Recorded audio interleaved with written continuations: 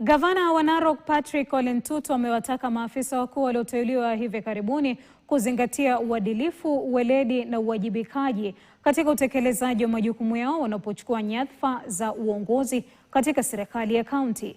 Akizungumza wakati wa hafla ya kuapisha iliyofanyika katika makao makuu ya kaunti ya Narok, Gavana Ntutu alisema maafisa hao wamekabidhiwa jukumu la kuimarisha utoaji wa huduma na kutekeleza ajenda ya maendeleo ya serikali ya kaunti katika idara zote.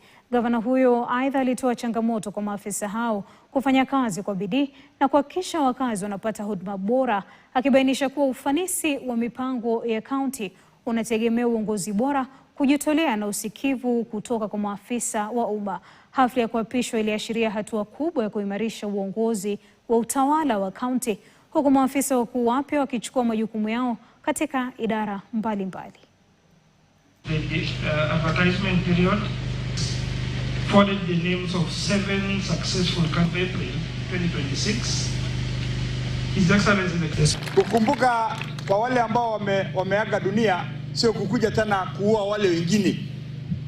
Basi inamaanisha leo wengine wakikufa tarehe 25 tena wakuja wafanya anniversary. Narok is a no-go zone. Hatutaki mtu yote akuja maandamano. Sisi tuko very busy, tunafuna mahindi, ngano hiyo ndio hiyo karibu iwe tayari. Wageni wetu kutoka ng'ambo wanakuja kwenda Masai Mara. Tafadhalini Wakenya, sisi mtuheshimu, kwa sababu tunataka Wakenya wote ambao wanaishi town wanafanya biashara, tusikuje kuleta furugu kidogo, kwa sababu Narok County iko very sensitive.